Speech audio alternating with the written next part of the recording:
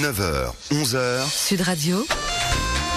Ça roule avec Autosécurité, votre contrôle technique en toute tranquillité. Bonjour à toutes et tous. Bonjour Pierre, comment ça roule ? Ça roule et toi ? Au menu ce samedi, au menu, une émission spéciale femmes. Voilà, nos invités EES, Pierre, ce sont des spécialistes de la voiture, presse, milieu associatif, juridique, et il y aura même... Et pas que, il y aura une surprise, on va avoir une surprise, on a quelqu'un qui va nous rendre visite. En tout cas, je peux vous dire que moi, je suis le plus heureux des hommes, je vais être très bien entouré. Qu'est-ce que vous en pensez ? Écoutez. Non, pas forcément, non. Moi, je pense que ça améliore plutôt. Ils causent moins d'accidents parce qu'elles font plus attention, quoi, parce qu'elles ont peur. Oui, pire que ça même. Non, je plaisante. Non, on n'est pas des machos. Hein. Non. C'est une question de personnalité. Hein. Chacun a sa personnalité. Non. Il y a des femmes qui conduisent très bien, et puis d'autres pas du tout. Hein. Il y en a qui sont pires que les hommes. Hein. Enfin, je pense qu'elles prennent moins de risques. Par contre, celles qui prennent des risques, elles sont pires que les hommes. Ma maman conduit plus vite et mon père s'énerve plus vite au volant et même parfois il dit des gros mots. Ça rigole en studio, nos invités pour ce débat. Eh bien, on va être tout à l'heure par téléphone avec Marie-Rose Le Guern de l'association Mélodie, une association qui vient en aide aux victimes de la route. Et on est tout de suite avec Clémence de Bernis, qui est rédactrice en chef et créatrice d'un site internet qui s'appelle lesenjoliveuses.fr. Quel joli nom. Et la chanteuse et comédienne, et c'est notre petite surprise du chef ce matin.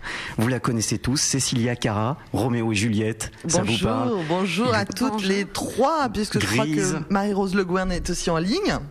Oui, bonjour. Bonjour, bienvenue sur l'antenne de Sud Radio. Merci, bonjour à vous.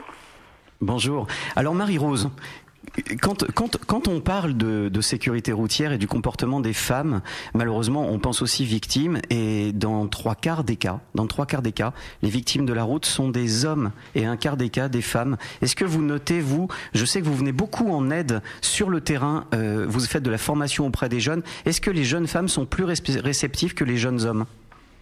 Ah oui, ça c'est clair. Quand on leur apporte un témoignage, effectivement, les garçons sont sensibles, hein, mais c'est plutôt les jeunes filles qui viennent nous voir à la fin pour discuter. Et je vais faire un petit truc. J'ai entendu un enfant parler tout à l'heure là, et j'ai envie de dire que la vérité sort de la bouche des enfants, parce que ça, il sort pas de la bouche de Pierre ce matin pour cette question. Non. D'ailleurs, l'expression femme au volant, là, ça je déteste ça. Mais oui, c'est de la mauvaise foi masculine, c'est vrai. Je sais très bien que c'est du second degré, mais je ne comprends même pas qu'on entende encore cette expression, parce que je la trouve à la limite de l'insulte. Là, quand mais même, vous savez, Marie-Rose, Oui. Vous savez très bien pourquoi. Vous savez très bien toute l'admiration que j'ai pour votre travail sur le terrain en tant qu'association de victimes. Vous avez bien compris qu'on va lui tordre le cou à cette expression ce matin. Oui, tout à fait. Oui, non, mais c'est vrai que, j'ai regardé un petit peu les chiffres rapidement, même si je les connaissais déjà, mais c'est vrai que par exemple sur Paris, un quart des femmes sont responsables, seulement un quart des femmes, c'est encore trop, mais sont responsables des accidents. Bon, comme vous le disiez, sur la route, c'est 30% 25% des tués. Sur ces 25%, 30% sont des passagères, en fait.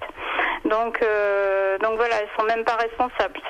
Donc 30% de ces 25% ne sont pas responsables de l'accident. Voilà ce que je m'exprime bien. Donc ça veut dire que nous, les hommes, on est moins bons. 70% des accidents avec vitesse sont dus à des hommes. 90% des accidents sous stupéfiants sont dus par des hommes. L'alcoolémie aussi, hein. De toute façon, les hommes, on peut pas leur faire confiance. C'est la même chose.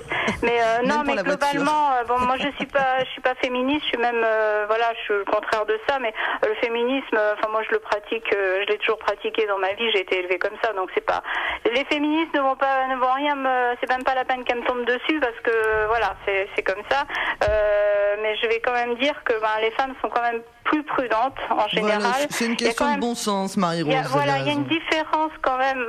On peut pas le nier, ça. Il y a quand même une différence dans la tête entre un homme et une femme au volant. Alors après, évidemment, il y a des exceptions, ça c'est évident. Mais les femmes sont en général plus prudentes, plus responsables. elles sont moins sûres d'elles aussi. C'est clair, quand elles viennent d'avoir le permis, je dirais que contrairement aux hommes, elles n'ont pas envie de prouver quelque chose. Hein. Pour elles, un véhicule en général, c'est de se déplacer d'un point A à un point B. C'est pas d'avoir la plus belle voiture, etc. En plus, on est des pragmatiques, nous.